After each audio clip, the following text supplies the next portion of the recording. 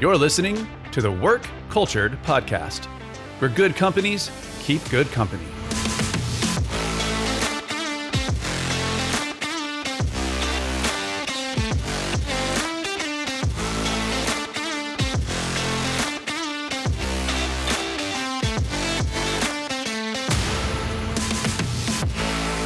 All right, hey, welcome back to the Work Culture Podcast. We have a guest today with the same name as Daniel, same last name as Daniel. This is Tim Hamilton. Tim, welcome to the podcast. Thank you so much, guys. I'm happy to be with you. I really appreciate you inviting me on.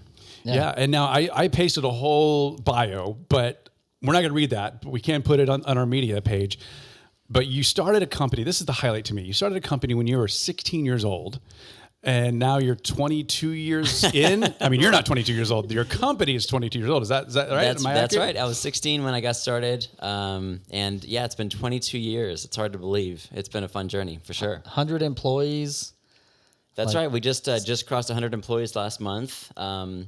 It has been the work of a lifetime in many ways, and I couldn't have done it without my business partner and the leadership team that we've assembled. But it's definitely been a journey for sure. Yeah.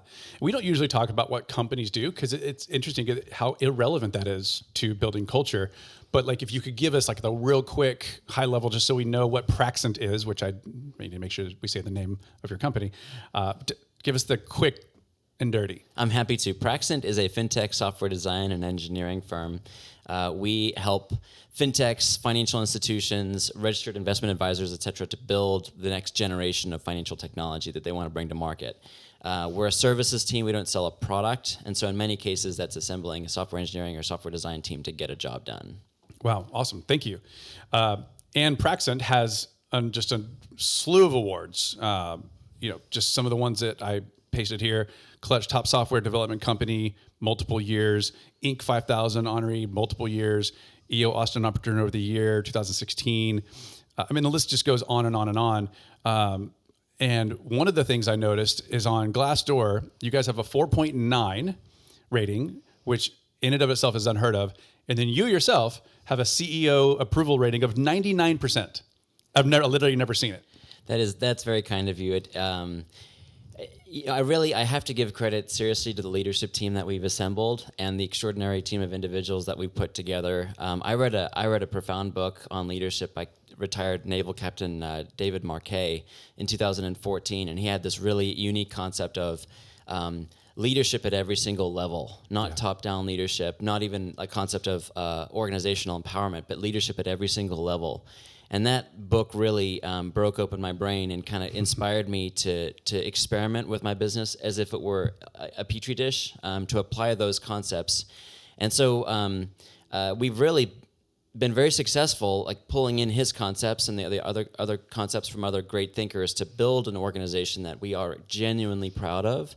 That we all really thoroughly enjoy, and I'm very proud to see that reflected on Glassdoor and in some of the other awards that you mentioned. Thank you so much. It's really incredible.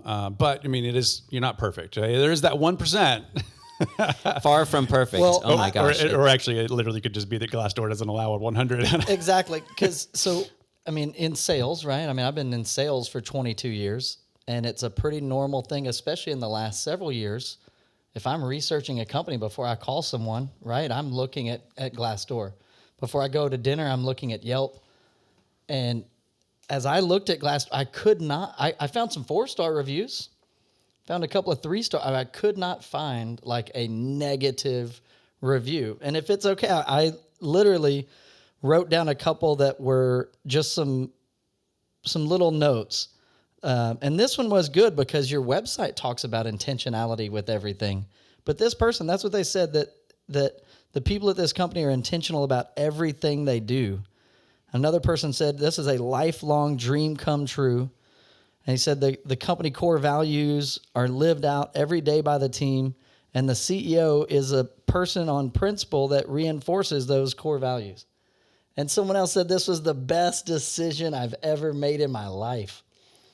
And so, that speaks to, and I love even hearing your response of nope, it's all about the team around us, and what a beautiful sentiment to not only have these glowing reviews, what also seems to be a pretty long tenure at the company. I saw y'all recently celebrated your first like developer that's been there 15 years. I mean, for a 22-year-old company celebrating 15-year employees, and I know you probably get asked this in a variety of different ways, but I mean, if you boil it down to 1, 2, 3 of your top, because I know y'all have those 6 core values, but like what's the secret? I mean, what's the 1 or 2 things that you go, this is what it's all about. This is our secret sauce to culture.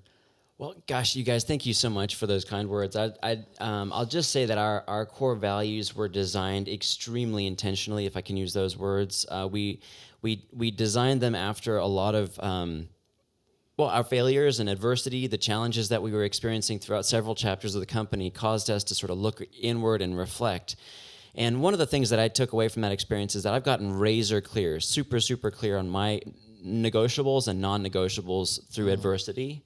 And so when we lost revenue, or when we had a bad partnership, or when things didn't go as planned, I was able to kind of zoom out, get away from the day-to-day, and reflect on what can I take away from this experience. And through that process, it was the whittling down and clarification of these 6 ideas. We call them the can-do spirit. Each of those letters, C-A-N-D-O, is a tool to help us to remember those 6 core values. They're can do, care deeply, always, deliver, never settle, do it together, own the outcome. So can do is the first one, and that's one of the most important ones. Own the outcome is the other one. So I'm going to start with own the outcome first. That's what I like to call the Stephen Covey core value. If you guys have ever read 7 Habits of Highly Effective People, the chapter 1, habit 1 that really stood out to me was be proactive. And be proactive is all about, no matter what happens in the world, no matter what happens to us, we are 50% responsible for our next. We're empowered. We're in a position of power over our response to that. There's stimulus, which we may or may not have control over, but then there's response. And so in that circumstance, I always say I'm at least 50% responsible for how I got here, and I'm therefore in a position of power to make the next move. Own the outcome is fully taking responsibility for your failure, even if you're 51% responsible. By taking 100% responsibility of that, then all of a sudden, you now have agency to figure out what's next. You also de-escalate the hurt and the misunderstanding and the confusion in the other party. I'd say the majority of a conflict is centered around not taking responsibility and not being accountable for your part in it, and that conflict can fester and it can be dysfunctional if that moment of accountability and ownership does not occur. And so own the outcome is, oh my gosh, that's step number 1. We can't move past this, whether we've let a client down or we haven't made a good hire or whatever has gone wrong. We can't get past it unless there's a moment of accountability. And so we're going to be the company that starts first by taking accountability. And I'd say that is a universal core value that every single one at Praxent, every one of us, we come back to that. We do business with it. We wrestle with it. And that has resulted in a team that is extraordinarily accountable, extraordinarily responsible. It makes sense? Yeah. It absolutely does. If it's okay to put you on the spot, and I don't, you're welcome to think about this for a moment, but as you talked about that, I was thinking like practically, what does that look like? Can you think of maybe a time recently where someone had to be accountable for something, and then how were y'all able to right the ship? Well, I want to riff on that and actually pivot your question, because there is a question that we ask every single guest. And so this is a great segue. The question is, what is a mistake you've made in leadership that you'll never forget? And now I know it's hard to narrow down to one. We've all made a lot. But now in the vein of own the outcome, I'm curious if you can not just say, here's this the thing that came to my mind, but also here's how I own the outcome. Yeah. What I've learned is there is a real temptation for us to become enamored by a professional, a veteran who we want to hire, like an incredible person who's got this beautiful resume, who's done all these things, and go out and bring them into the company with this idea that they're somehow they're gonna be a force multiplier in the company. Yeah. And gosh, you guys, I have experimented with that so many times, to go out there and make a big hire, And I've put my team and my company through a lot of pain and struggles going through that process, because ultimately it's extremely difficult, even through a 7-step interview process. And The Gauntlet, huh? even the Gauntlet, that's what it's called, right? And even spending, in one case, over 40 hours interviewing a candidate, making a bet like that, it's just a fraught process. And that's the one that's at the top of my list. Is I have been, in many cases, the one that is like pushing our leadership team to make that next big bet. And it's not just a single failure. It's been a pattern of challenges, and like one that I've had to wrangle with quite a lot. And that would be the one that I would go to the team with right now and say, gosh, I put the whole company through a lot of stress and strife and angst in those big hires. What I've realized in the process is that hiring or betting on the team that you already have and bringing in people at the beginning of their professional development actually has a lot higher chance of success.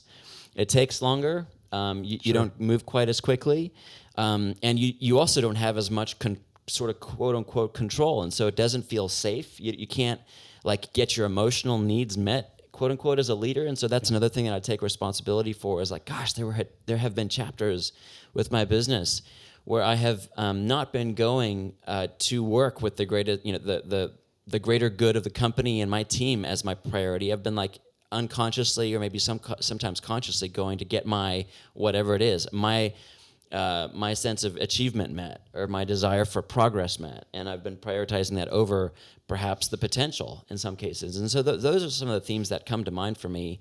There's an amazing book by Liz Weissman called Rookie Smarts, and she talks about and has done an exhaustive study over, in knowledge work industries specifically, does it make sense to hire a rookie or a veteran? Mm-hmm. And how do you think about that? And in her research, she shows that, I've forgotten the statistics, but in almost all cases, it makes sense to hire a rookie. They come in with what is a very, very hard to find quality, an attribute that all of us lose as we age or get, quote unquote, we accumulate veteran smarts. And that capability, that competency, is a beginner's mind. Yeah. A rookie comes in with a beginner's mind, and I think I have underestimated the value and importance of having a beginner's mind. So many times. It's been a lesson that's taken me way too long to learn. And it's not something we can ever get back, right? Like, you can't re-enter beginner mindset. 100%. So if you can bring those people in who have it, you get to them leverage around you. what they have. Like, they literally have something that you have lost. 100%. Yeah. What I have accumulated, or what veterans have accumulated, according to her book, it's this amazing metaphor she uses. She calls it professional scar tissue. And, professional scar tissue is when you've done a thing or learned a hard lesson or whatever, we start to play smaller. We start to play either with anxiety if we're fearful about the future, or depression if we're concerned about the past. And that impacts our performance. It changes our interactions. It changes everything. So that's the one thing that really comes to mind for me. It's a hard question that you guys ask, but that's been a hard one lesson, hard one lesson to learn. Wow. Well, thank you for sharing that. That's a new one. That's good though. Yeah. Pleasure. Wow. There's another core value that comes to mind that I want to highlight with you guys. You talked about Nick earlier. He was, one of my very first employees, has been with me for 15 years. We celebrated his 15-year anniversary recently. He taught me this core value. He brought this core value into the company when he taught us. He went off and took an improv class. He was nervous presenting and talking with clients, and we're a client services company, and so there's a lot of high stakes presentations you've got to do. And to conquer that fear, he went off and took an improv class. And he came back and he shared a lesson with me. It's the yes and rule in improv, where if you're up on a stage with your co-performer and you're like, hey, Jason, let's go to the park, the rule is you'd never say no to that idea. Right. You'd build on the idea with a yes and. That sounds great, Tim. Let's do it. Let's stop and get ice cream on the way. And he brought that in and taught me that really needed to be a core part of our language, a core part of our mindset. Our clients are coming to us with ideas, and many of those ideas aren't really the end-all, be-all idea. They might be on the right track, and they're always well-intentioned, but they might be off. Our job, if we say no, but all of a sudden we're in a fight with them. Yeah. And what we've done is we've prioritized being right over being in relationship. Yes and flips that. We're going to prioritize being in relationship always over being right. And we're going to say yes and to that idea, and then say, would it be okay if we explore that? While we're exploring that, let's also look at these other ones. Anyway, that's all the background. The way we articulate that is can do. And that became the acrostic that ties all the core values together. I love that. Wow. Now, I mean, are there still instances where you say yes and you go down that road and then you still don't necessarily maybe implement an idea? It has to change, or it eventually does have to be scrapped. That's almost always how it goes. Yeah. Yeah. Great question. Yes and doesn't necessarily mean we're just going to blindly follow the wrong path, but it does mean we're going to stick together. There's an African proverb that has really influenced, and it's reflected in our core value called do it together. The African proverb is to go fast, go alone. To go far, go together. And our objective as a services firm is to go far, not necessarily go fast. And I bet that's hard for you. More on that later. Yeah, we'll come back to that for sure. Yeah. Okay. Cool. So can do. I love where it came from. The improv. What a great story. Thank you. Now, we chatted before we ever kind of got together and sat here on this couch and chair about an idea of culture, and I would love for you to restate what you've already said to me, and let's dive into that and give us a chance to kind of ask you some more questions on it. Yeah, I've been reading this amazing world historian and philosopher called Noah Yuval Harari. I read his book *Sapiens*. And Can you say that slower? Yeah, Noah Yuval Harari. Okay. And the first book he wrote is called *Sapiens*. It's all about our species and the history of our species on the planet Earth. And he's a very rare thinker. He's both extremely funny and accessible, but he also thinks at an altitude that is extremely illuminating.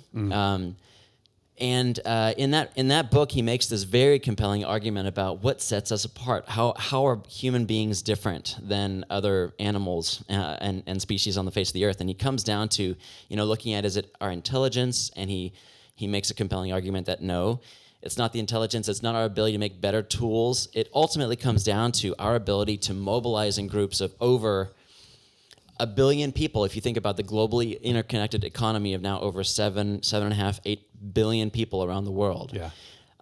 Primates cap out at 150. They can organize activities and work as a 150 per unit team. That's called Dunbar's number. But that's as high as Mother Nature can go. They can't, no species can coordinate and orchestrate things over that number of individuals in a group or tribe or a school or whatever you call it. Humans have broken that threshold, as I said, working now by a large margin. And he says it's because of our ability to motivate and persuade and bend our behavior to ideas. And he talks about this is what ideology is. This is what dogma is. This is what fiction is. This is what memes or memetics are. Our ability to be motivated by and transcend the individual because of an idea. And you see this in whether it's politics or whether it's socialism or fascism, democracy, or whether it's Christianity or Judaism. These are all ideas that pull us from an individual mindset to a community mindset and put us in the service of others in many ways. The good ideologies do, at least. I love where this is probably heading, because so far you haven't said anything that's innately good, right? It can also be really bad. This mobilization, we've seen it a number of times. I mean, all you have to do is pay attention for 2 seconds and you see mobilization for really bad causes. So that trait that makes us distinctly human is not innately good or bad, but it has the potential for both. But you're talking about it relating to culture, so keep us going down this path. That is such an important point. You're exactly right. Nazism, for example, universally, we would all agree that that's a very bad ideology. That's a perfect example. We hope we would all agree. Very bad. Right. So we all agree. You can use it for good or bad, but the ingredients are the same. So what I've discovered, and really feel strongly now, having read his brilliant work, Noah Yuval Harari's brilliant work, is that there are building blocks and ingredients to creating ideology. And we're today talking about using this for good, right? So rituals, cadences, events and gatherings that happen on a regular, recurring basis, that have an agenda that you come to and you can rely upon. Inside jokes, that are born from shared experiences. Physical tokens, like an award. We have a badge program. I'm a Boy Scout. Grew up in Wait, Boy are you Scout. an Eagle Scout? Yeah. Okay, we'll come back to that. Yeah. And so I got merit badges on my way to Eagle, and always wanted to find a way to unlock merit badges at Praxent, and we finally done it. And that's a beautiful way of giving a physical token that has meaning, unique meaning within a group. Anyway, so these are all building blocks of culture and or ideology, whatever you want to call it. And I think whether it's Vern Harnish in the book Rockefeller Habits or Gino Wickman in his book EOS and Traction, they're all talking about very similar things. It's basically assembling the building blocks of culture and ritual or cadence or tokens or gestures. And so I want to tell you guys a little story to make this relatable. I've got a 6 and a 7-year-old, and a couple of years ago, actually just heading into the pandemic, we were having a really hard time getting our kids, Graham and Haley, to brush their teeth at night. No parent, I'm sure, has ever experienced that. We're probably the only ones. Yeah, that's weird. What's wrong with you? My kids, they just love brushing their teeth. That's right. So we had a conversation, a school info session, I think, and the head of school said this incredible thing. He said, as we were talking about the challenge with brushing the teeth, he said, complicate it. And we said, say more. And he said, it got complicated, add more to it. And he walked us through it. And so we went to the store. We went to Target that day. We got a little timer that you could flip over up and down. We got a container. We wrote Graham's name on it, Haley's name on the other container. We got little cups for the toothbrushes. We got cups for the toothpaste. We got a little flossing thing going. We wrote a procedure. We complicated it. We added and embellished all and with a variety of different physical as well as sort of ritualistic things to make brushing teeth more interesting. When the kids got home from school that day, we took them upstairs and showed them like the new toothbrushing station, and they flipped out. They couldn't wait for the first time they were going to get to That's so fun.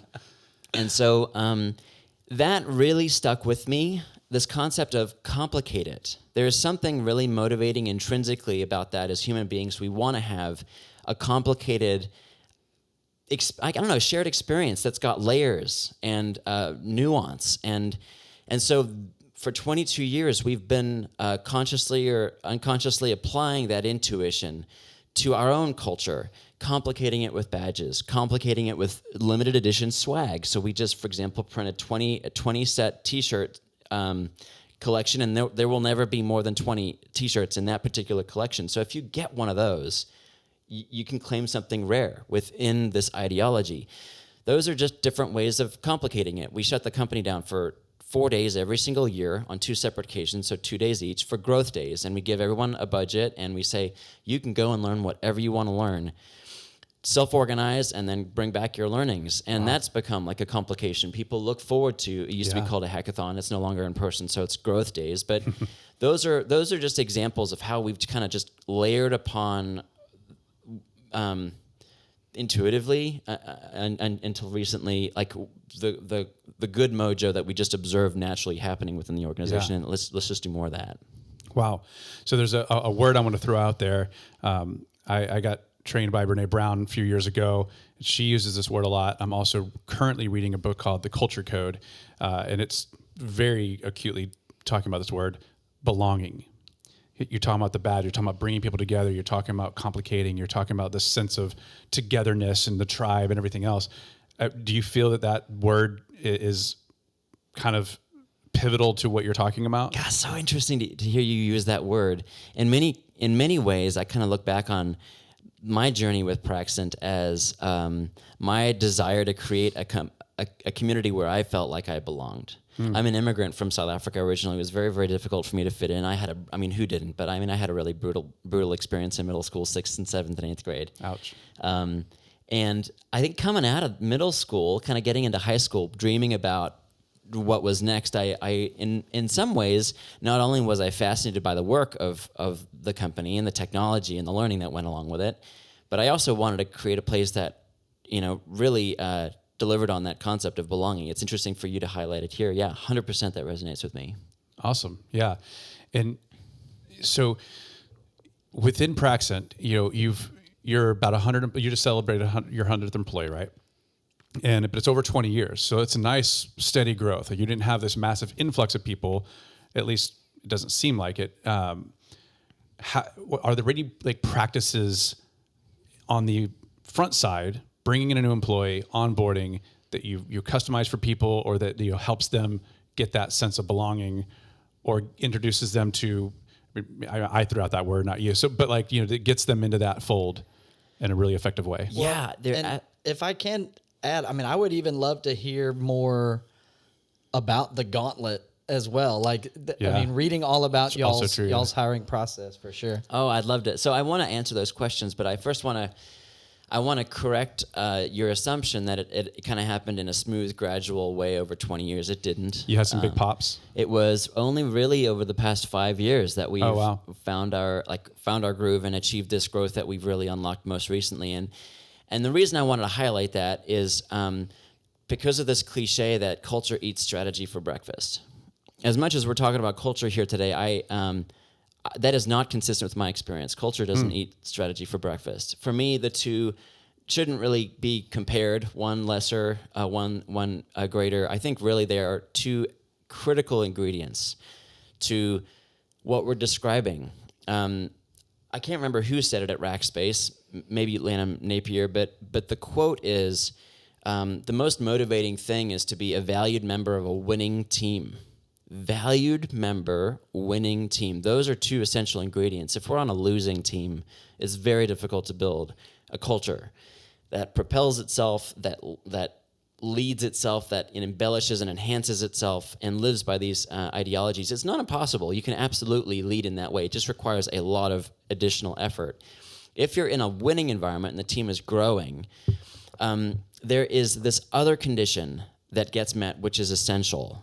This came from the book, The Progress Principle, where these researchers got together and they figured out, after doing a big, huge research study, what was the most important condition that an organization needs to meet for their workforce to feel engaged, happy, challenged, motivated. They were expecting in this study to find 27 different things, and that it would be a horrendously complicated confluence of things you had to get right. They were very surprised after doing the factor analysis that one factor stood head and shoulders above all the others, and they called it the progress principle. In other words, the sense that people have that things are going to get better in the future. Wow. I'm glad that you brought that up, because that was one of the things I was reading just in the last few hours was, this concept. So I'm excited to hear you go a little deeper on the progress. It's so important, and it's you can't have the progress principle without a strategy that's working, that is got product market fit, that's working in the economy, that's growing, that's got demand and customers, and that condition cannot exist. And while we can talk a lot about the tactics of culture, which are critically important, and I have spent a lot of time studying, like getting hiring right and doing good onboarding, without the progress principle, really that stuff, it really doesn't move the needle as much as in my experience, it doesn't move the needle all that much. So we'll talk just a little bit more about the progress principle and what it took for us to kind of lock that in. As an employee at a company, I want to know that if I apply my discretionary effort, go above and beyond, I'm going to be noticed and I'm going to be rewarded, and that there's going to be, something is going to happen. I'm going to advance and progress. And for years and years, employees asked us for a professional advancement framework. They wanted to know, how am I going to get promoted? How am I going to get raises? How is my situation going to progress? And I had no answer for many years. It was a really hard conversation for me to have, because I didn't have great news for that person. I didn't really know how I was going to help them to progress, because so much of it depended on the company's success. Yeah. Then we had this aha moment. Oh my gosh, we have to provide a more compelling answer to that question. We can't until the individual's advancement is interdependently linked with the company's success, because otherwise you end up promoting people to the point of the company bankruptcy. So we need this interdependency between the individual advancement and professional advancement and the company pie getting bigger. And that's when we started thinking about this from a company pie getting bigger standpoint. What are the conditions that have to exist for the pie to grow? And we decided, figured out that, did kind of our own factor analysis. We came up with 3 major categories that had each sort of three sub-conditions within them for a total of 9 conditions. If these 9 conditions are met at Praxent, the company pie will get bigger. They have to do with the client's experience and our brand and the team members' experience. Those are the 3 big categories. And then we started thinking to ourselves, okay, what are the individual things that people can do to drive those 9 conditions? What can I as an employee of the company do to contribute to the company's brand? And once we got clear on that, we had an interdependent link between individual contribution and individual advancement and the company pie and the financial progress. And that was what helped us to unlock the progress principle. And then ultimately publish a career advancement framework, introduce badges that positively reinforce this concept. Gosh, I'm going all over the place, but there was just another study that I wanted to share with you guys that was absolutely mind-blowing on this journey. It was discovered by Aubrey Daniels and his team in the book Bringing Out the Best in People, where he discovered that positive reinforcement delivered at a high-frequency dose is the most impactful management intervention that there is. Positive reinforcement at a high-frequency dose. Frequency dose, okay. And one of the most incredible stories he told was he looked at air traffic controllers, arguably one of the most stressful jobs in the world, and he found that it takes about 5 years to become an expert or veteran air traffic controller. In this experiment, he took complete newbies who were aspiring air traffic controllers, and he wanted to know with the optimal management intervention, positive reinforcement, how quickly can I get a complete newbie to perform at the same level as a veteran? And what he found was that nothing but positive reinforcement, no negative reinforcement. In a training simulator, he had a red light and a green light. The green light would go on if you make a good move. The red light would go off if you make a mistake. Shutting off the red light was key. The other thing is that delivering positive reinforcement as often as every 7 seconds doing that, he was able to get, within a simulator, somebody making the same decisions, performing at the veteran level within 400 hours of training. 400 hours, not 10,000. Hour. Wow. Instead of 5 years. Yeah, 10,000 hours versus 400. That's which insane. Is wow. Unbelievable, yeah. Right? And so I think as managers, one of the critical tactics we need to learn is that, like, doing the negative reinforcement, the feedback sandwich, the constructive, it's just a disaster. Yeah. The more we can notice people and call out their positive contributions and just praise them in a high frequency and authentic way for their genuine contributions, the more effective we are as managers. In fact, if we don't do anything else, that's going to be good. Yeah. And so we've incorporated that into the professional advancement framework, and the badges give us a way to give that positive hit more frequently than we can, for example, a promotion or a raise.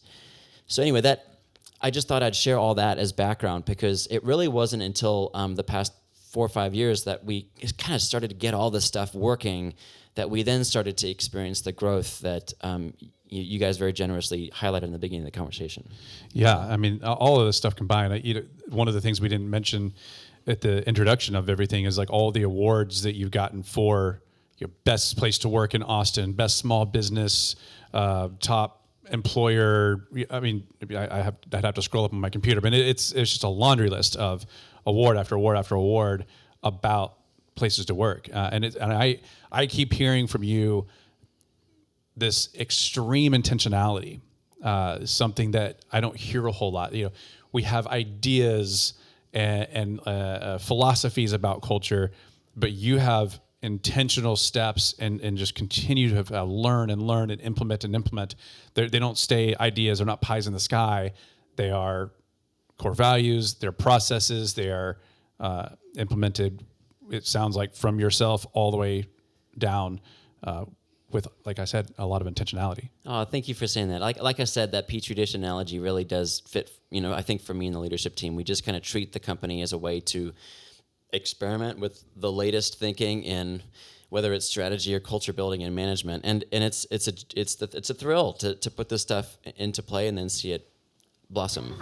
So like this professional development page, am I understanding right that all of this has been really like on paper in the last handful of years? Yeah. Wow. We've been working on it in earnest for longer than that, but Okay. in many of those years we were hitting our head against the brick wall. It's really only in the past 4 or 5 years that we've nailed down a lot of the stuff and gotten really clear on it.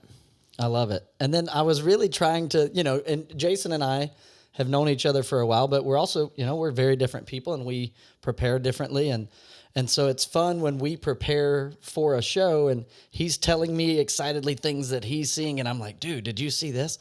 And so some of these now, this is, kind of getting into more y'all's features and benefits, right? And so when I read this, I read like about 40 hours. We promote a healthy work-life balance, no more than 40 hours a week here.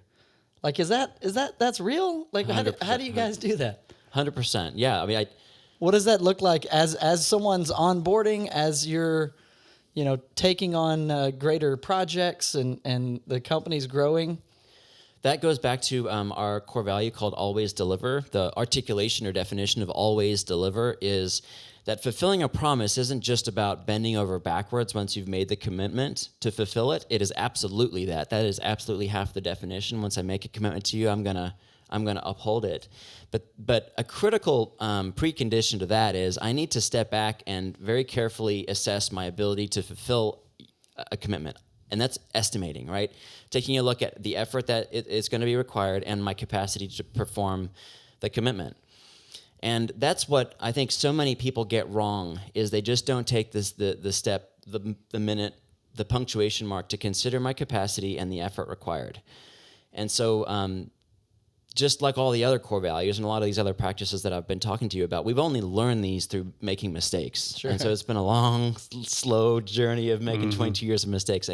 And this is one that we learned early on. In fact, you guys asked about the no employee orientation. Me and my business partner meet individually with all new hires as they're onboarding into the company, and we tell them the whole company story.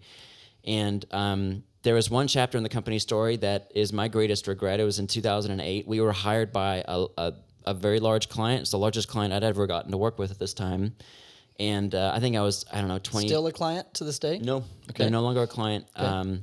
I think I was 22, 23 years old, and I was completely unqualified to do this project. This was a 180,000 page website that needed to be migrated from a home-built content management system to an enterprise.net-based content management system. 180,000 web pages. And wow. At that time, it was me in college and a couple of contractors in India and a full-time engineer who was studying with me at the University of Texas. And whoa, they gave us the project, and we set about doing it earnestly, and ultimately got them across the finish line. But we made some really serious mistakes in the process, which really harmed their SEO. And this was a very well-known publication in their industry, and they lost a lot of SEO equity and page rank in the process. Wow. The CEO was fired in the process for hiring us. Wow. And to this day, I've reached out to him several times, and I've never been able to tell him on the phone or in person just how much I regret the impact of that mistake on him. Wow. And that all came down to the fact that I mismanaged expectations and ultimately wasn't qualified to take on that project in 2008. That experience ultimately led to the articulation of always deliver, and this critical component that there's two halves to that definition. One half is, look honestly at your capacity and estimate the effort before you make the commitment. That's half the work. The other half of the work is, once you make the commitment, you're going to bend over backwards and ultimately be responsible for doing it. But if you're having to work over 40 hours a week, that's most likely on you or on the company, because you didn't accurately estimate your capacity and the effort required. Okay, so I'm putting you on the spot. Do you only work 40 hours a week, Mr. CEO? Yeah, I really do. Good. Honestly, I love it. That hasn't always been the case, Sure. But absolutely, when I had no idea how hard parenting was going to be. I mean, it is real. It is really, really hard. And I want to be a good dad. I want my kids to look back on this time and be grateful and positive about their experience at home. And so that's a hard limit for me. And I think it's there's a lot of parents at Praxent, and it's a hard limit for them as well. And so by all means. So I was the president of a company. We had 2,500 employees by the time we sold, massive. And I was big on the same thing. It wasn't, it wasn't stated, but I didn't want people overworked. And I tried to live out that myself and practice what I preached. Now there were a lot of people, because it was very operations heavy, that ended up working more than 40 hours a week. But I constantly had this like feeling of guilt or even shame that, I was kind of capping my capacity so that I could bring my best self to work and my best self to home, a kid, family, all that, right? I'm curious if you experience that, if you go through those waves of feeling, like the pressures of the ridiculous hustle mentality, and you're like, I'm not going to do that, but do you still struggle with that idea, that shame? I do. I struggle with, one of the cliches that I think really has applied is, to build a great company, you got to surround yourself with people who are smarter and more qualified, more capable, more creative than you. And I have done that successfully. I'm surrounded by some brilliant people, some extraordinary thinkers. And one of the things that I struggle with is I look at their work product, and it makes me I feel all those things, guilt and shame and doubt, when I consider what they're able to do and how they're contributing to the company and moving it forward. And so in many ways, that kind of motivates me to sharpen the saw and get clearer. But then there's another way to think about it. A good friend of mine, I was walking around Town Lake talking with him about this, and he talked about sort of the two modes of leadership and how they're appropriate at different stages of the company.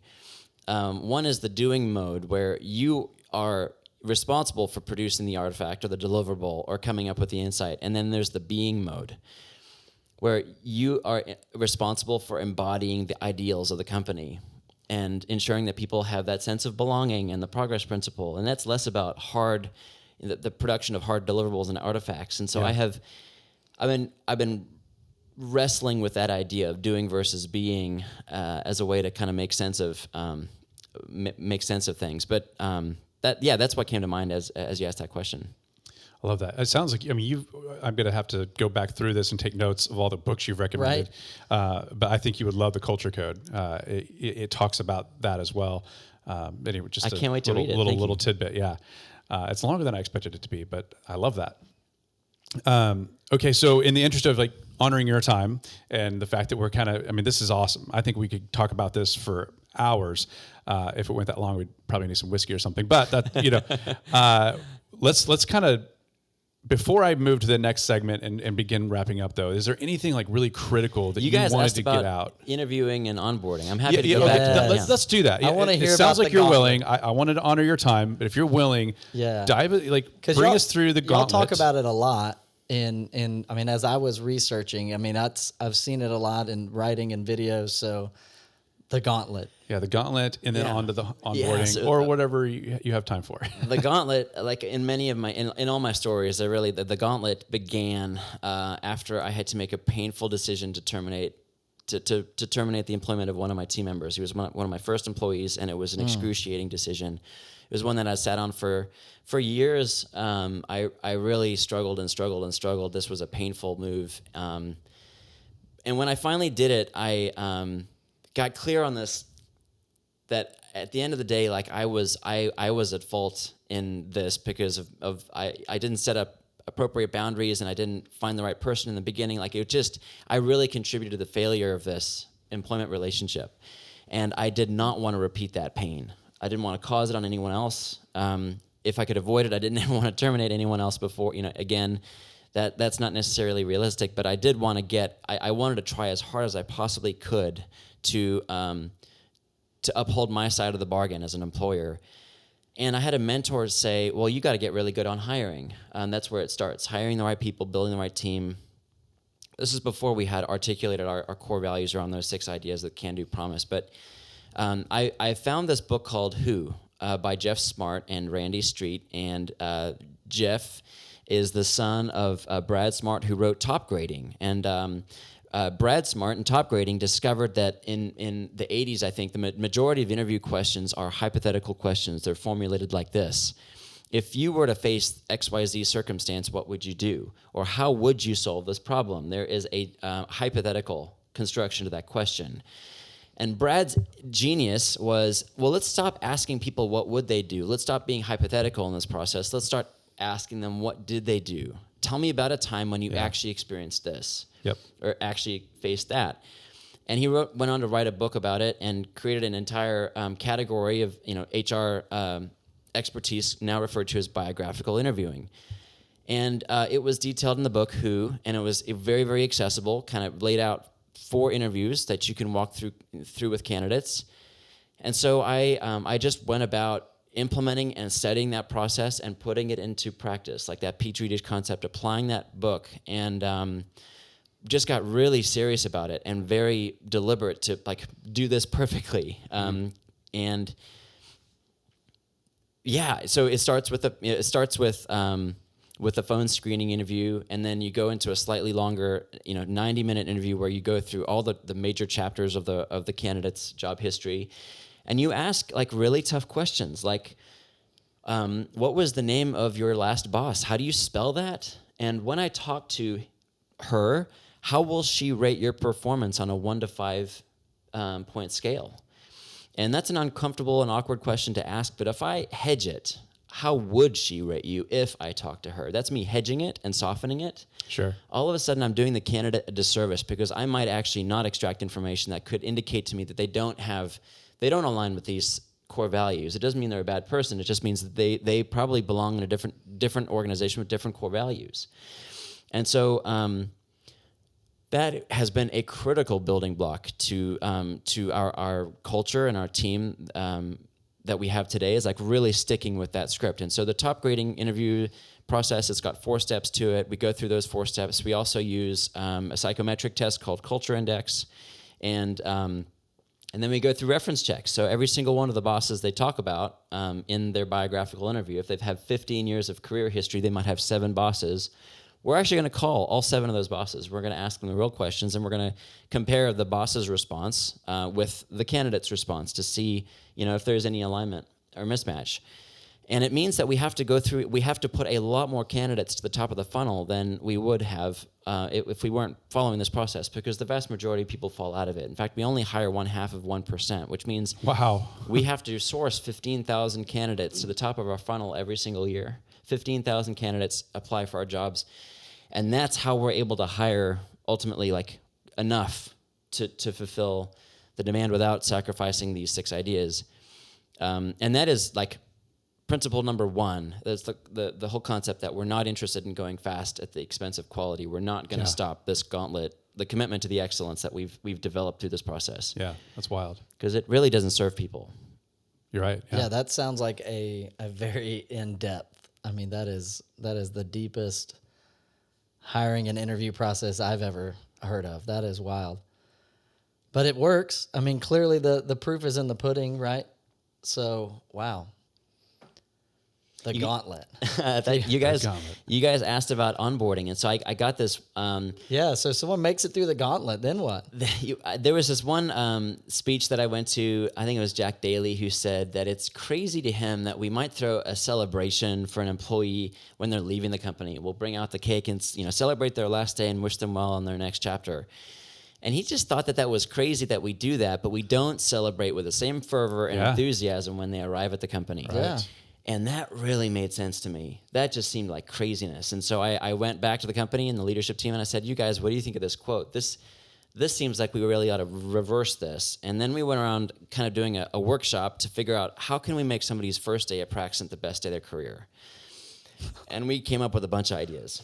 And so we'll send flowers to your spouse or significant other on your first day, because we realize in many cases that this is not an individual decision. This is really in many cases a family decision. Sure. And we want to know that spouse or significant other is a member of our community as well, just like the employee is. that's one idea that came from that brainstorming process that I continue to be really, really proud of. It's just silly things, easy blocking and tackling. In the majority of cases, it's gut wrenching for me to hear this, but in the majority of cases, I think a new employee shows up to work and they don't yet have a business card ready. They don't even have an email account or a computer that's been provisioned. Yeah. That is absolutely mad to me. Not only is it wasteful financially, but think about the gut punch to that human spirit when they show up to a company and feel on day one buyer's remorse. Yeah. Like that is, So what am I supposed to do here? Like they're unprepared for me to start today. what does that say about this choice that I've just made? Yeah. Oh my God, did I make the wrong choice?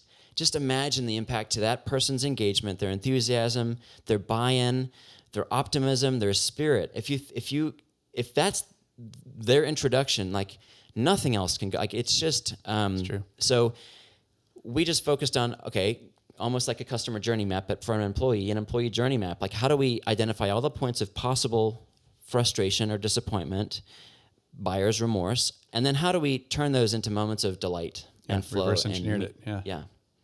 I love that. All of those things you're talking about, those are belonging cues. Oh, I made the right choice. I belong here. These guys care about me. I mean, yeah. Well, Gosh, and it it's also so goes good. back to that intentionality, because as hearing you say, especially some of that at the end, there's this part of my brain that's like, well, yeah, why not? I mean, duh. But no one's doing that. Yeah. Like that's fantastic. Do we have a moment? Can we talk Boy Scouts for a second? Oh, let's do it. Oh, that. So I grew up in Louisiana, was never in the Boy Scouts. My story, actually, I remember I'm the youngest of four. I was in 3rd or 4th grade, and someone came to my school to recruit for the Boy Scouts. And I remember my mom at the time was single, raising 4 kids. She was a secretary. And I remember going home real excited, telling my mom, somehow, some way, she came up with the money for me to sign up. And at the time, it didn't really register how big that was. But then what's messed up is when I went a few days later for the first meeting, I still remember the principal being there and said, "Man, I'm so sorry to tell y'all that you've been had. The money that you donate, that person took your money, and you're not actually involved in the Boy Scouts." Whoa. Well, fast forward, the job that brought me to Austin in 2008, I was teaching golf at a country club in Dallas, and just happened to teach golf to the then CEO of the Boy Scouts of America, who one day after a round of golf offered me a position. And it took a few months. I had to go through the actual process. But actually, the job that brought me to Austin, I did fundraising and recruiting for the Boy Scouts for 4 years. Wow. And so got to really, and then use that as a part of my story when I would go to school to tell my story and to say, like, and I need you to know that's not going to be your story.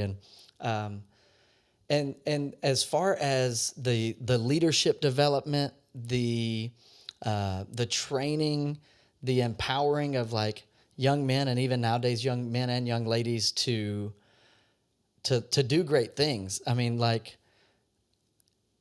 it's there's still nothing like it. I mean, it's still the largest youth serving organization in the country. So to me, that immediately, like, you got your Eagle. Was that in Austin or was that in Houston?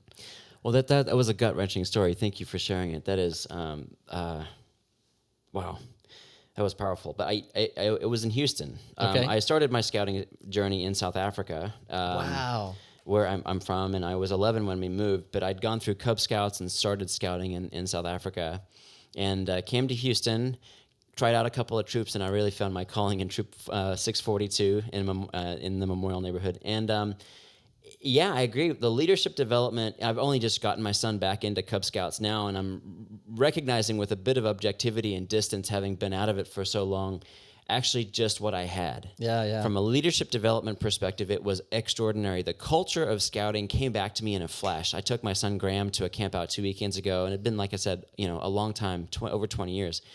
And that culture with the Boy Scout law, the concept of be prepared, I couldn't recite the law now, but trustworthy, brave, clean, reverent, helpful, courteous, kind, all these ideas, I felt in an instant. I was surrounded by something that was familiar, like an old, winter coat. Yeah. And I remembered that these words, these core values of scouting, called me. They motivated me to bend my behavior to these ideals, and it's just the stuff that we've been talking about. And I realized actually how positive that was for me as an initial exposure to a very intentionally designed value system.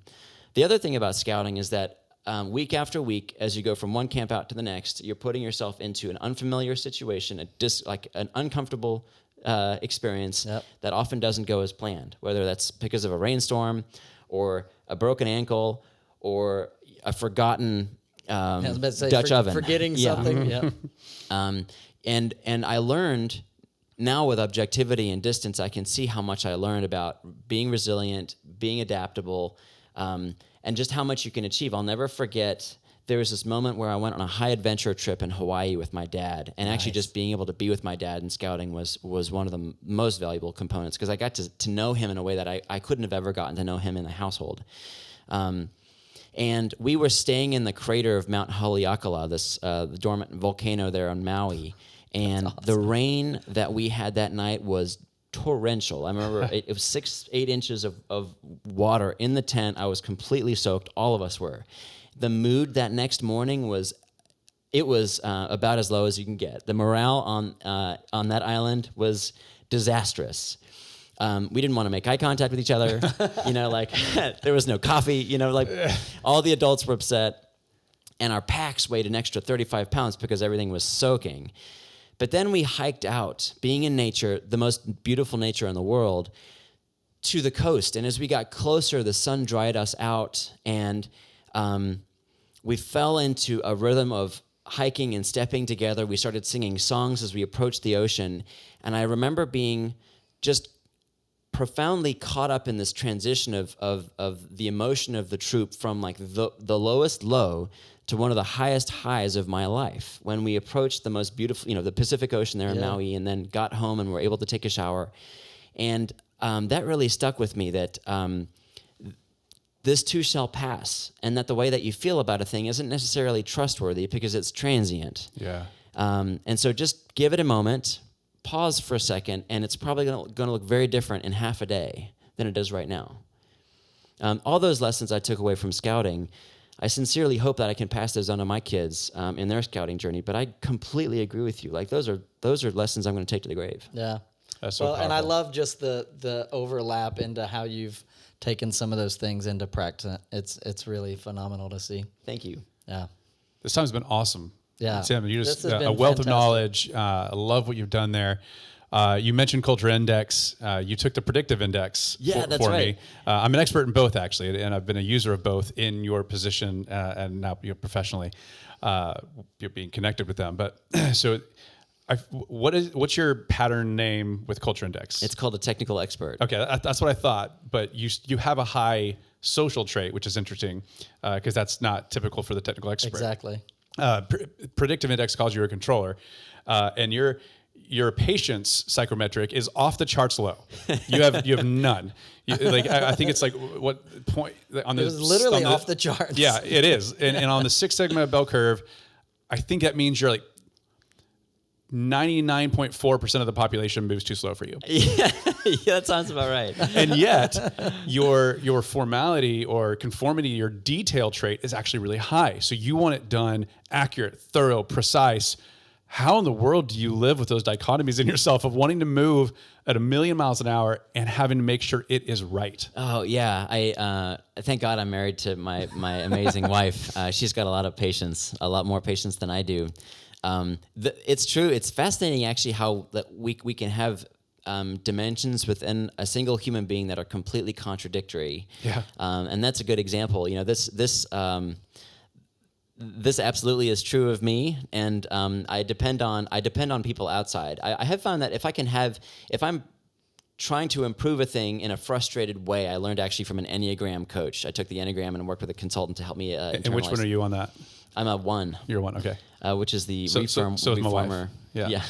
Also perfectionistic. And what I learned about myself through the Enneagram process was that if I am trying to improve a thing with frustrated energy, that's a flag for me to step back and take a moment and surrender a little bit and detach from the emotion, the intensity that I feel. And to gain a little bit more objectivity. That's still a muscle that I'm trying to build, but I think that's the most important practice for me to put in place as I reflect about my low C and my high D and predictive index, for example. Yeah.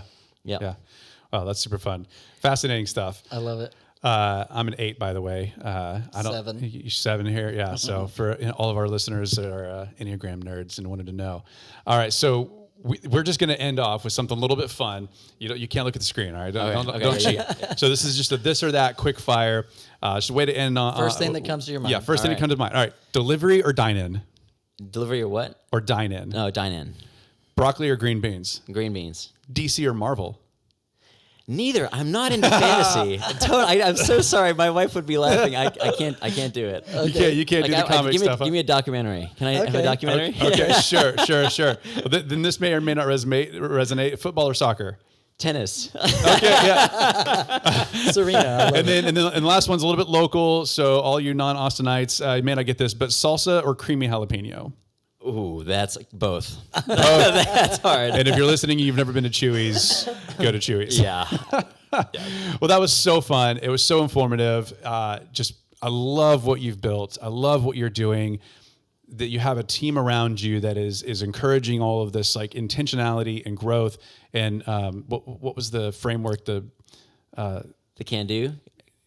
Core value? Yes. Well, the core value, the progress principle. Progress principle, all of that just is wonderful stuff. We're going to have to go through, take notes, and make sure that we're bullet pointing all of this in our show notes. Thank you so much for your time. Before we end, do you want to plug anything? You're working on anything that you want our listeners to know about? Oh, thank you so much for asking. I will say that a lot of this comes down to, I had a mentor who told me recently, he said, sales and marketing is not what grows a company. If you're frustrated about the lack of growth or progress or whatever, quit trying to solve the problem with more revenue. At the end of the day, what grows companies or grows organizations is leadership capacity. If you're having a hard time growing, what you need to do is cultivate more capacity, more leadership capacity. And in some cases, that might mean stepping back from what you're doing, taking a long trip, taking a long weekend, taking a longer than usual vacation. And so that's the thing that comes to mind to plug is build your capacity, focus on your energy, check in on how that's all going, because at the end of the day, the organization depends on you as a leader to show up healthy in your mind and your spirit, and keep on doing the good work.